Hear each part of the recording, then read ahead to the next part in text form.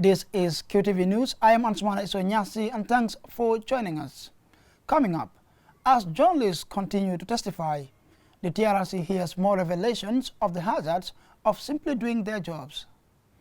Ambassadors of Saudi Arabia and India meet President Barrow at State House.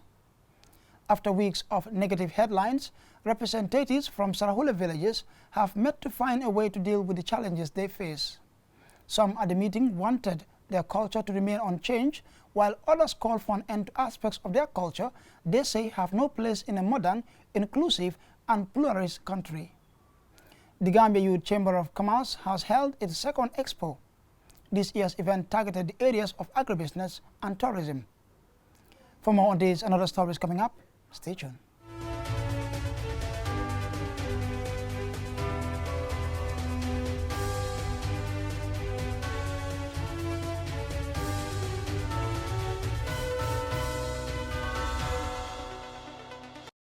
The ambassador of the Kingdom of Saudi Arabia, Al-Dosari Fahad, became the latest diplomat to present his letters of credence to President Barrow at State House in Banjul. As Alucise reports, President Barrow also granted audience to the Indian ambassador to the Gambia ahead of the Indian president's planned visit to the Gambia.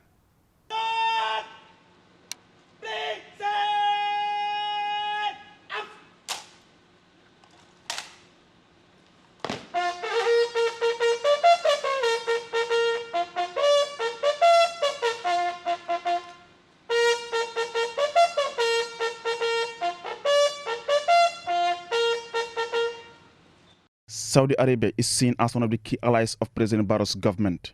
The kingdom is one of the key financiers towards the Gambia's hosting of the 2022 OIC summit.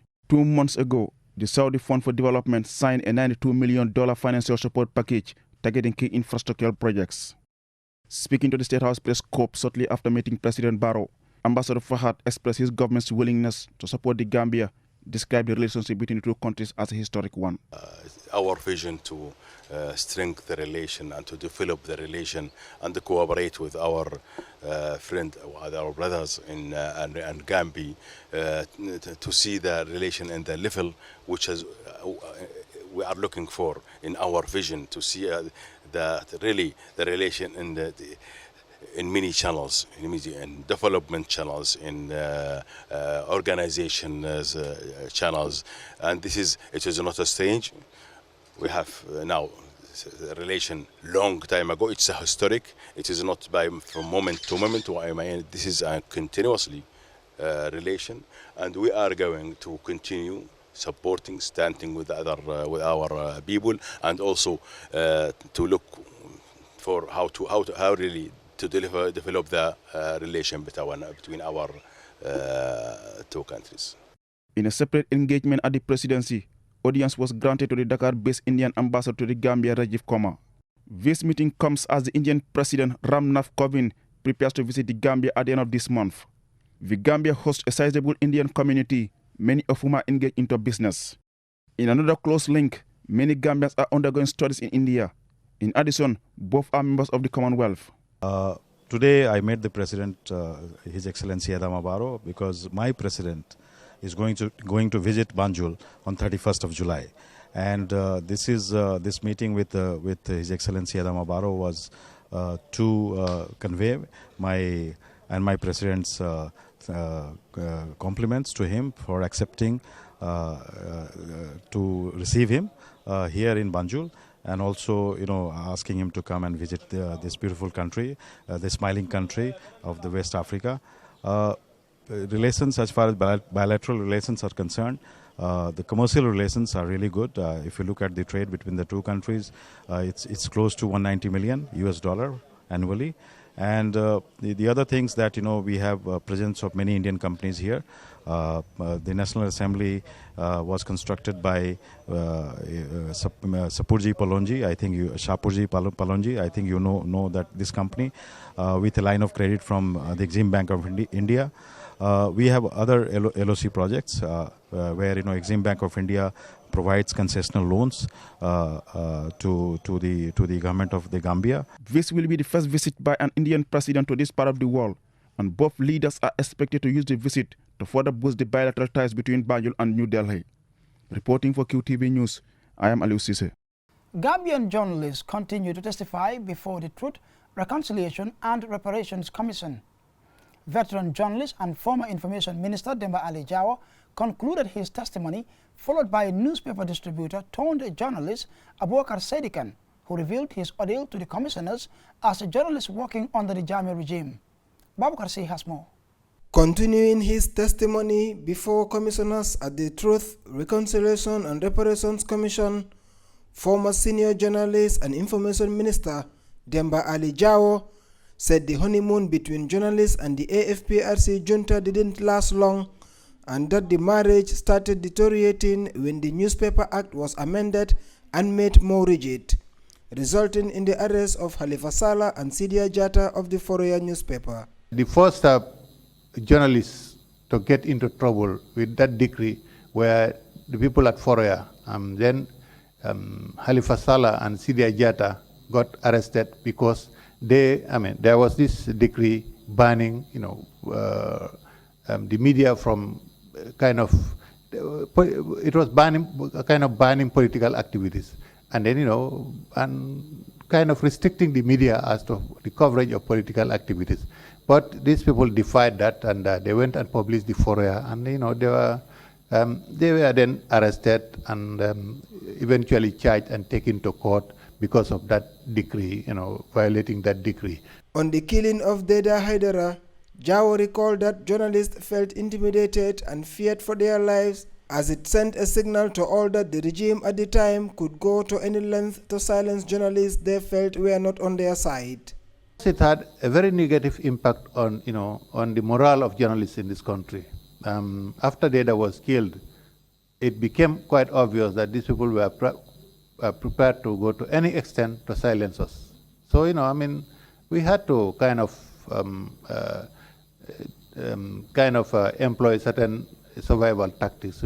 Some people just couldn't bear it. They had to leave the profession, go into other areas. Some even left the country altogether, and they went into exile. But those who are left behind, under very difficult circumstances, still continue to do the work. And criticisms of the government, and pointing out the errors and giving voice to the voiceless was still going on. And despite all that. Next to testify before commissioners was Abubakar Sedikan, a former newspaper distributor turned journalist with the Foroyaa newspaper. Mr. Sedikan recounted the circumstances around his arrest on June 15, 2009, when plainclothes officers believed to be from the NIA came to the Foroyaa office asking for the editor Sam Sarr. He claimed his boss was arrested. In the process of witnessing him being escorted to the vehicle, he started taking photos of the scene, resulting in his arrest and eventual detention along with 6 other journalists. As a judicial correspondent at the time, I was always at the court. So I said to myself, look, I have to cover this whole arrest because these people are taking Sam. I don't know where are they going to take him, because similar incidents occurred to Keith Mane. He disappeared, nobody sees him.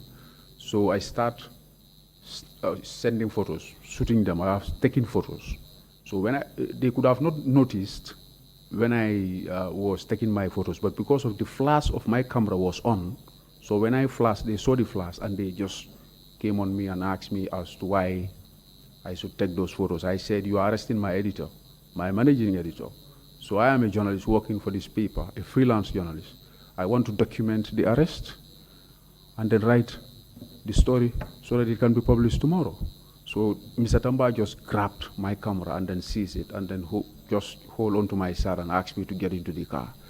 He was later acquitted and discharged, while the remaining 6 accused journalists were later sentenced to 3 years in jail, but spent 27 days at Mile 2 and got pardoned by former President Yahya Jammeh.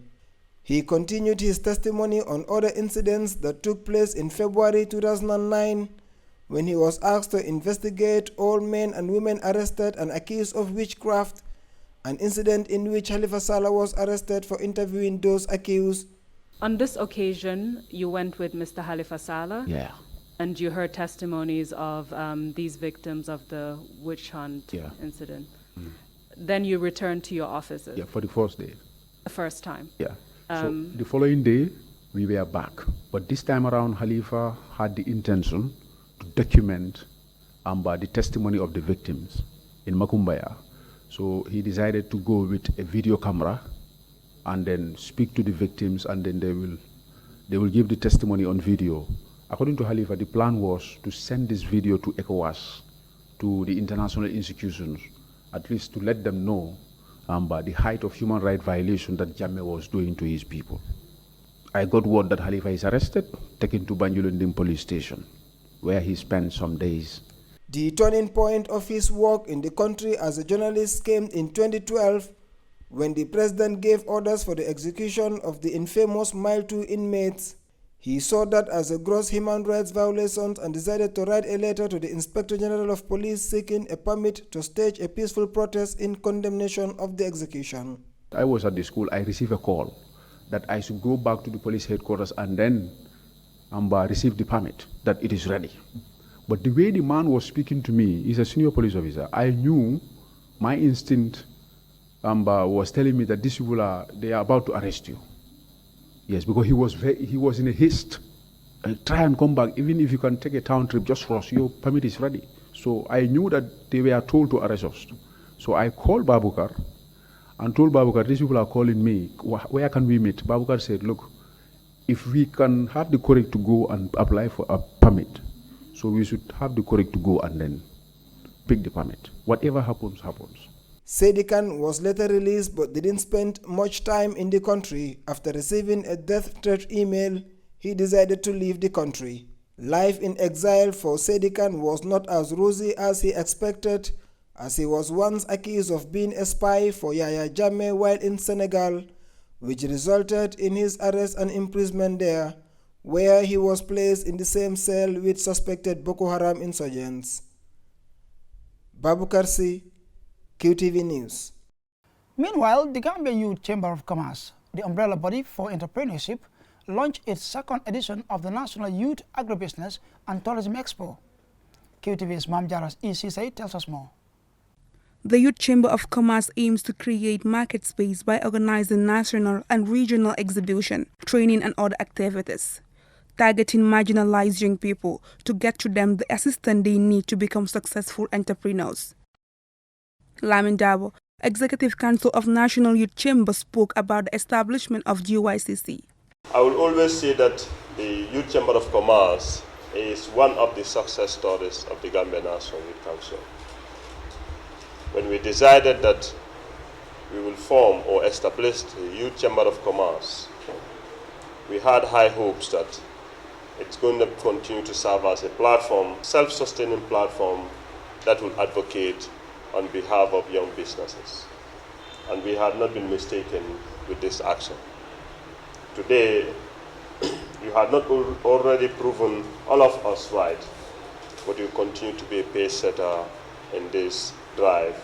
Ismaila Sambu, board president of GYCC, said over 59 million youths worldwide are unemployed, and nearly 139 million youths are working but living in poverty. He added that between January and June, 555 migrants died attempting to cross the Mediterranean Sea, seeking better employment opportunities. According to the IMO, lost their lives. Just recently, detention center in Tajura, Libya, was bombed, killing 53 people and wounding more than 130. Seemingly, a Gambian, if not part of the dead, is part of the wounded. Investing in youth pays off.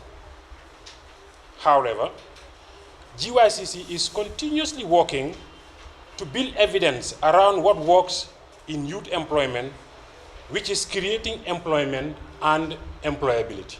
Abdullahi Jammeh, Deputy Permanent Secretary of Trade, speaking at the ceremony, said it is a good thing if national youth organize themselves to create spaces for small and medium enterprise to promote products made in Gambia. Let me emphasize that this particular initiative is very central in the ministry's programs. We can only promote Gambia, made in the Gambia good, if we want to place our product in the regional markets. If our products cannot make a market in our own domestic economy, then how are we going to be able to present them and make a mark in the regional market? GYCC partners intend to organize a 14-day youth trade fair at the Independence Stadium at Bakau, targeting 200 exhibitions spread across the country, including a special emphasis on women, as well as trade fair, singing, dancing, and cooking, and other talents will be showcased. Reporting for QTV News, I am Mamjara Isize. And we now take a short commercial break, and the news continues when we return. It is the new era in broadcasting. We showed it to you with our continuously improving content with thousands of viewers around the world. Now, how do you take advantage of our existing and constantly increasing viewership? Advertise with QTV and reach a large audience. Call us on 3244 or email marketing@qtv.gm. Follow us on YouTube, Facebook, Twitter, or Instagram. QTV Gambia. QTV, a new era in broadcasting. QCell proudly brings you yet another new number series, the 52 and 53 number series. We now have a massive subscriber base of 1.2 million that is still expanding. So QCell is also expanding its number series to accommodate more people as they join our amazing network. The new 52 and 53 number series have the same fantastic services and the same great charges as the 3, 50, and 51 number series. No different. Call, text, browse the net and roam all over the world with the 52 and 53 number series. There are no limits as you communicate with the Gambia's trusted network. QCell Sunyubus, the Gambia's quality network. Welcome back. 54 Sarahule village representatives have met to discuss and find solutions to the caste crisis affecting their communities. Contributions in the meeting seem to have divided opinion. While the majority called for their culture to be respected, the rest want to rid the villages of the caste system. Muralamin Choi reports. After rising tensions caused by caste groupings among the Gambia's Sarahule communities, some have met to find solutions and to reconcile among themselves. The caste system in the Gambia is linked to the culture of some ethnic groups. The message is clear from the majority of these village representatives. That is, with pride in their culture, they are not ready to change it for any reason or anyone.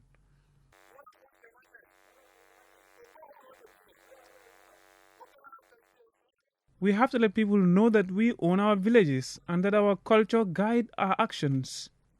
We are putting this to government that whosoever respects our culture is welcome in our villages with open arms.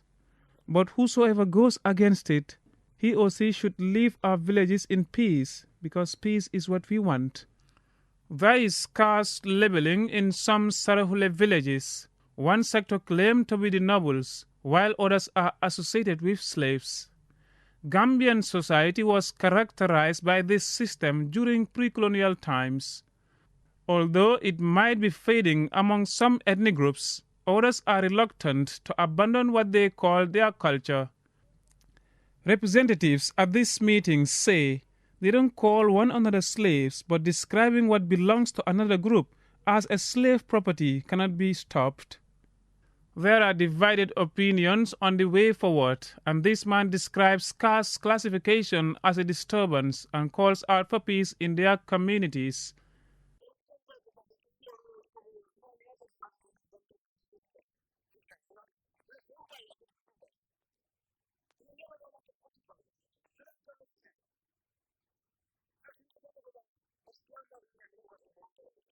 The so-called nobles and slaves should leave us alone and stop disturbing our peace.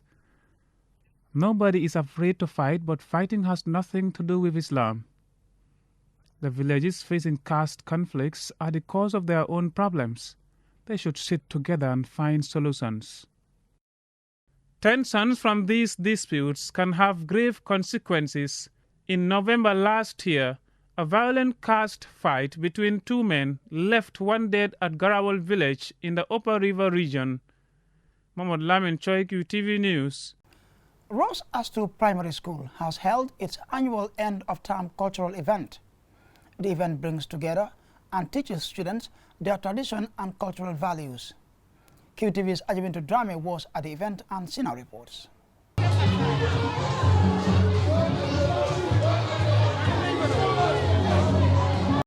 Each student wore a variety of cultural attire to represent their ethnic groups.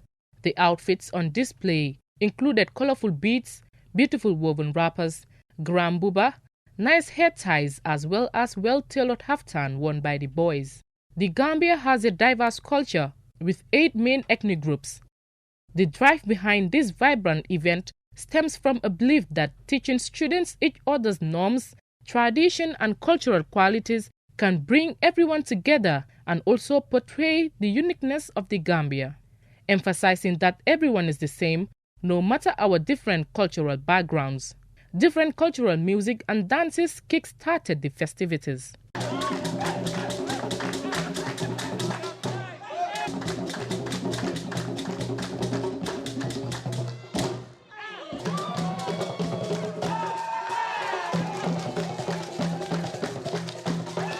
In Wolof society, a praise singer, locally called the Gewel, is among the hierarchy, who sing for the royal household.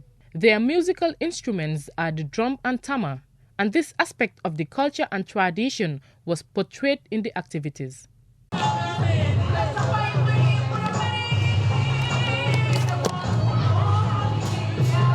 Ms. Ndei Jallo, proprietress of the school, explains the importance of the day. Teachers have a unique role as they are effectively parental stand-ins for students. She says it starts from the lowest level to inculcate the cultural values into the younger generation. Now it's very, very important. If you look at our culture at the moment, presently, we've lost all of it, if I can say. The indiscipline, the lack of respect you see in the society, is all because we lost our culture.